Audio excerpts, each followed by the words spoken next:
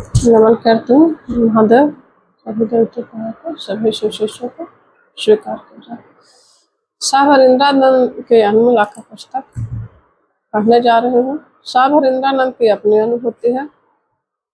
भगवान शिव को गुरु बनाए थे, उसके बाद उनके जीवन में अनेक घटनाएं घटी। उसके बाद की एक घटना है, उन्हें सुना रहे हैं।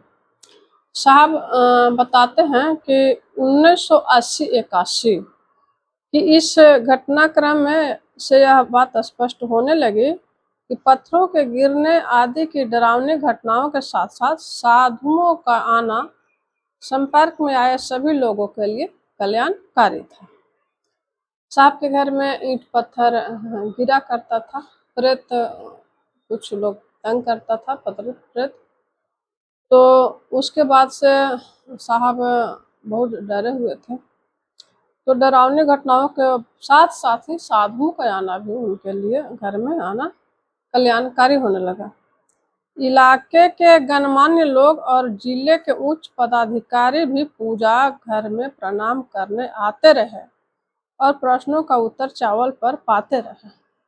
उनके घर में चावल पर पूजा घर में चावल बिछी हुई रहती थी और जो मन में कुछ लेकर के जाता था महादेव को प्रणाम करता था उनके पूजा घर में। तो पूजा घर में बिछी चावल पर आशीर्वाद के रूप में कुछ लिख दिए जाते थे और उनके घर में उच्च पदाधिकारी भी आते थे, क्योंकि साहब भी उच्च पदाधिकारी थे। तो उनके साथी संगति, उनके स्टाफ लोग आते थे। उनको मालूम था कि साहब के घर में बिछी चावल पर संवाद आता है। वही लिखते हैं कि इलाके के गणमान्य लोग और जिले के उच्च पदाधिकारी भी पूजा घर में प्रणाम करने आते रहे और प्रश्नों का उत्तर चावल पर पाते रहे। कुछ पीठ पीछे फब्तियां कसते और कुछ इसे अचंभित घटना मानते हैं। प्रसाद में आया सूखा बेलपत्र और अन्य सामग्रियां बाद में भी बिछे चावल के सामने रखे पूजा के टेबल पर प्रसाद के रूप में लोगों को मिलती रही। साहब के पूजा घर में सूखे बेलपत्र आते थे, यूं ही आ जाता था।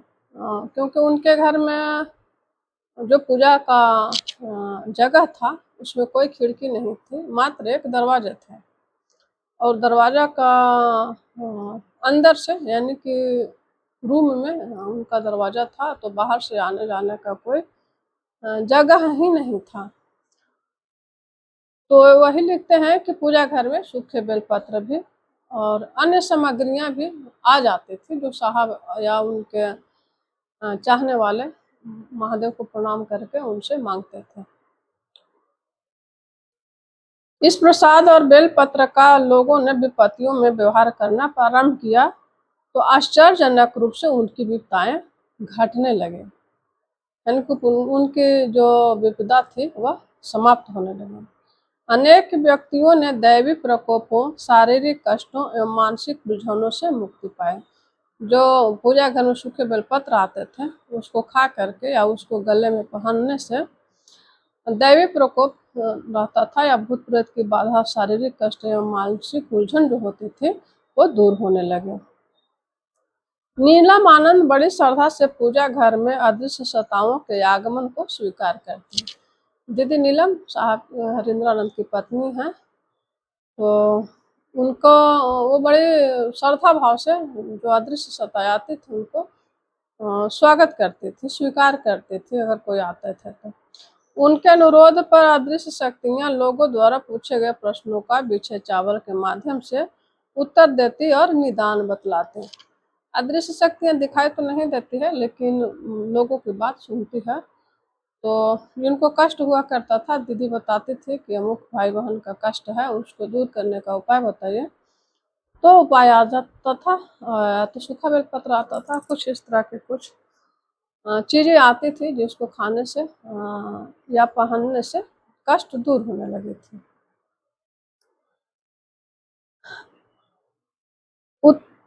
उस समय के लोग बताते हैं कि कई बार सामान्य आदमी के रूप में ये सताएं आती और चली जाती, यानी कि कभी कभी आदमी के रूप में भी अदृश्य सताएं आती थी और चली जाती थी, बातें करती थी और संबंधियों की तरह कुछ खाने पीने की चीज़ें या पहनने की चीज़ें दे जाते थे।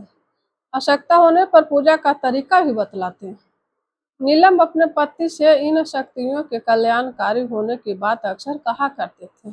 दीदी ही घर में रहती थी और साहब तो ऑफिसर थे, तो ऑफिस में ज़्यादातर रहते थे। तो ज़्यादातर अदृश्य शक्तियाँ नीलम दीदी के पास ही आया करती थी। एक दिन हरिंदर ने पत्नी से कहा कि आशीर्वाद के रूप में आने वाले सूखे बेलपत्रों से लोगों को शुभ परिणाम आ रहे हैं, तो क्यों नहीं तांबे या चांदी के ताबीज में इन टुकड़ों को डालकर हम लोग भी पहने।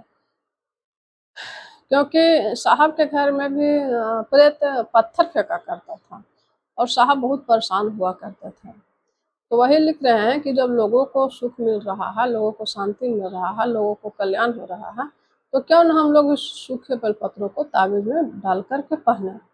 नीलम ने कहा, आज ही बाजार से तांबे का ताबीज बनवा कर मंगवाते हैं। साहब ऑफिसर जरूर थे, लेकिन उनके पास पैसे की बचत नहीं हो पाती थी। सभी पैसे भाई बहनों में खर्च कर देते थे और ईमानदारी से कमाते थे, इसलिए उनके पास पैसे नहीं रहा करते थे।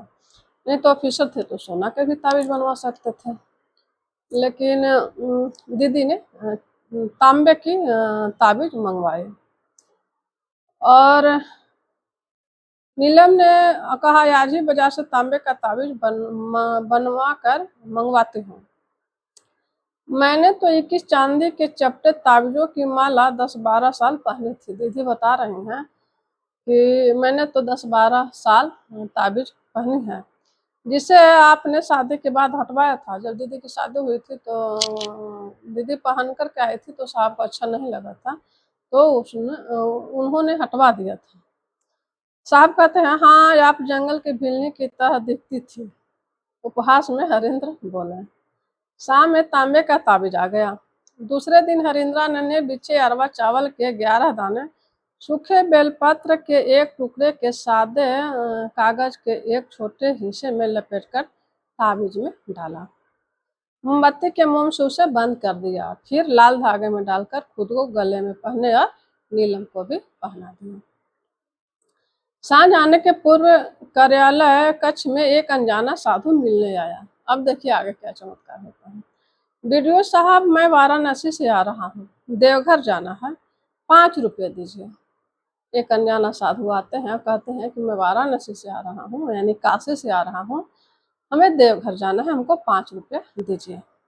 बैठिए, हरिंद्रानंद ने कहा। कुछ बातचीत के बाद साधु बोला, आपने गले में ताबीज पहन रखा है क्या? हाँ, मैंने आज ही, साहब बता रहे हैं। जब साधु ने पूछा कि क्या आपने गले में ताबीज पहन रखा है, तो साहब ने कहा कि हाँ मैंने आज ही पहना है, इसलिए आपको धागा नया दिख रहा होगा, लेकिन आपको इससे क्या मतलब? इस ताबीज को गाय के कच्चे दूध और हवन करने वाले धूप के धुएं में 5 बार दिखाकर इसे पवित्र करके किसी सोमवार को पहन लीजिएगा। साधु बता रहे हैं। इस ताबीज को गाय के कच्चे दूध धो करके हवन करने वाले धूप के जो धुएं होते हैं उसमें 5 बार दिखाकर इसे पवित्र करके किसी सोमवार को दिन पहन लीजिएगा।